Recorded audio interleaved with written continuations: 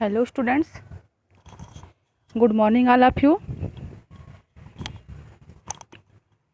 बेटा आज हम लोग पाठ 7 कारक के बारे में पढ़ेंगे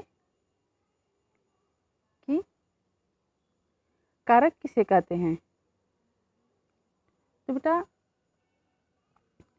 जिस शब्द का संबंध क्रिया से होता है, वो शब्द क्रिया से संबंध व्यक्त करता है, उसे हम कारक कहते हैं। जैसे श्री कृष्ण ने अर्जुन को गीता का उपदेश दिया, तो इसमें श्री कृष्ण, अर्जुन और गीता किस क्रिया से जुड़े हुए हैं? उपदेश देने की क्रिया से जुड़े हुए हैं। दूसरा है राम ने रावण को बाण से मारा। इसमें राम, रावण और बाण तीनों किस क्रिया से जुड़े हुए हैं? मारा क्रिया से, यानी कि मारने वाली क्रिया से जुड़े हुए हैं। तो इस प्रकार से क्रिया से संबंध रखने वाले शब्द को ही हम कारक कहते हैं। कारक को पहचानने के लिए कारक के कुछ चिन्ह होते हैं जिनसे हम पहचानते हैं कि ये कौन सा कारक है, इस वाक्य में कौन सा कारक है। तो उन चिन्हों के माध्यम से पहचानते हैं। इसकी परिभाषा हम लिखेंगे, क्रिया से सीधा संबंध व्यक्त करने वाले शब्दों को कारक कहते हैं। कारकों को उनके चिन्हों से जाना जाता है, इन्हें कारक चिन्ह कहते हैं। ठीक है, नेक्स्ट हम देखेंगे कारक के भेद, काइंड्स ऑफ केस। हिंदी भाषा में कारक के कितने भेद होते हैं? 8 भेद।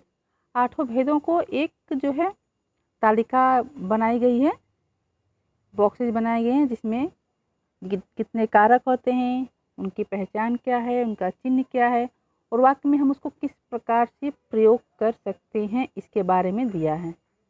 हम पहला देखेंगे। पहला है कर्ता कारक। कर्ता कारक किसे कहते हैं? कार्य करने वाले को कर्ता कारक कहते हैं। इसका चिन्ह क्या होता है? ने। वाक्य प्रयोग करेंगे तो कैसे करेंगे? लड़की ने पाठ पढ़ा, यानी कि लड़की और पाठ का किस क्रिया से संबंध होता है? पढ़ने से। लड़की पाठ को पढ़ रही है, क्रिया कर रही है, पढ़ने का काम कर रही है, तो लड़की ने पाठ पढ़ा। तो ये ने है वो कर्ता कारक का चिन्ह है। दूसरा है कर्म कारक, जिस पर कार्य का प्रभाव हो, यानी कि जो कार्य करने पर उसका प्रभाव कार्य पर पड़ता है, उसे कर्म कारक कहते हैं। यह कारक चिन्ह क्या है? को। कृष्ण ने कंस को मारा। कृष्ण ने मारा, तो यानी कृष्ण ने मारने का कार्य किया, लेकिन प्रभाव किस पे पड़ रहा है? कंस पे। तो कंस को, कृष्ण ने कंस को मारने का कार्य किया है, तो यहाँ पे को हो जाएगा कर्म कारक। तीसरा है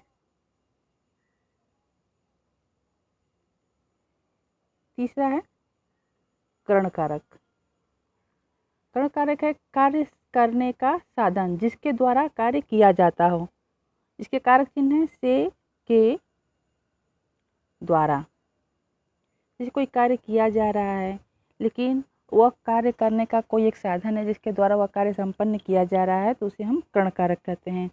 जैसे वह कलम से लिखता है, लिखने का कार्य हो रहा है, लेकिन किसके द्वारा? कलम के द्वारा। यानी कि कलम से ही जो लिख रहा है, कलम के द्वारा वह लिख रहा है, तो कलम से किसी के द्वारा हो रहा है, तो वो करण कारक हो जाएगा। चौथा है संप्रदान कारक, जिसके लिए कार्य किया जाए। जैसे कोई कार्य किया जाता है तो किसी न किसी के लिए किया जाता है, तो वह जिस कार्य के लिए किया जाता है, जिस किसी के लिए भी वो कार्य किया जाता है, उसे हम संप्रदान कारक कहते हैं। इसका चिन्ह होता है को के लिए।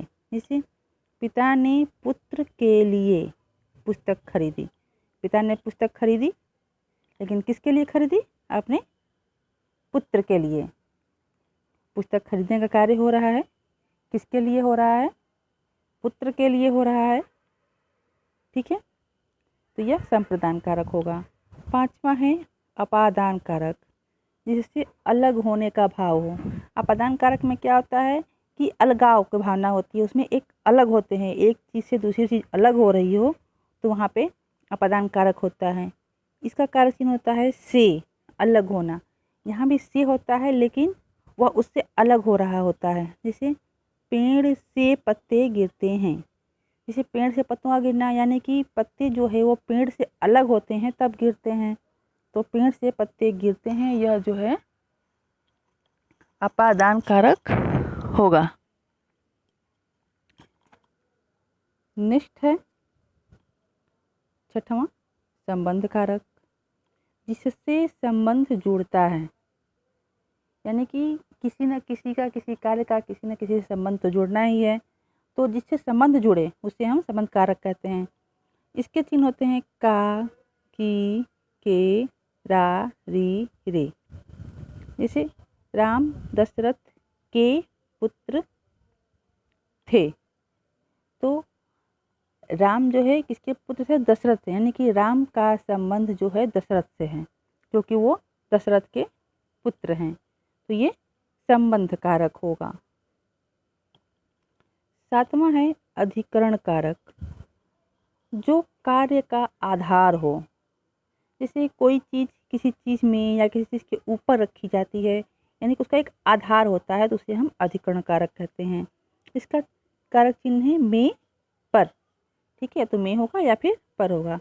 जैसे मेज पर पुस्तक है। पुस्तक किसी चीज़ के ऊपर रखी है, किस चीज़ के ऊपर रखी है? मेज पर, यानी कि पर जो मेज जो है पुस्तक का आधार है और मेज पर ही पुस्तक है। इस तरह यह अधिकरण कारक होगा। 8वां है संबोधन कारक। 8वां संबोधन कारक जो कि लास्ट है, जिससे पुकारा या सावधान किया जाए। जैसे हम किसी को बुलाते हैं,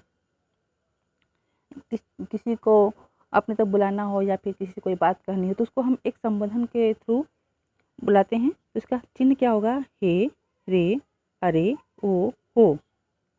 ठीक है, से हे प्रभु रक्षा करो। इससे प्रभु को, ईश्वर को बुलाने का कार्य हो रहा है।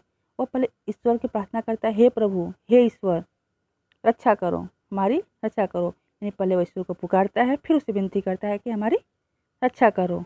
तो यह संबंध कारक होगा। बेटा आप लोग को इसमें सारे कारक, कितने कारक होते हैं और कारक के चिन्ह और पहचान करने से ये हो जाएगा कि अगर कोई वाक्य है आपके सामने तो उसमें कौन सा कारक है आप पहचान सकते हैं, अगर कारक का चिन्ह आपको सही पता है तो। इसलिए आप लोग इसको अच्छे से पढ़ लीजिएगा, सेल्फ स्टडी जरूर करिएगा इसको, सेल्फ रीडिंग। Thank you.